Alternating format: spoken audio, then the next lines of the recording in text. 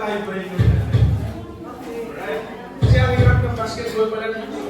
Yes, pala. Okay. Okay. Okay, our next letter. Our next letter is the letter B.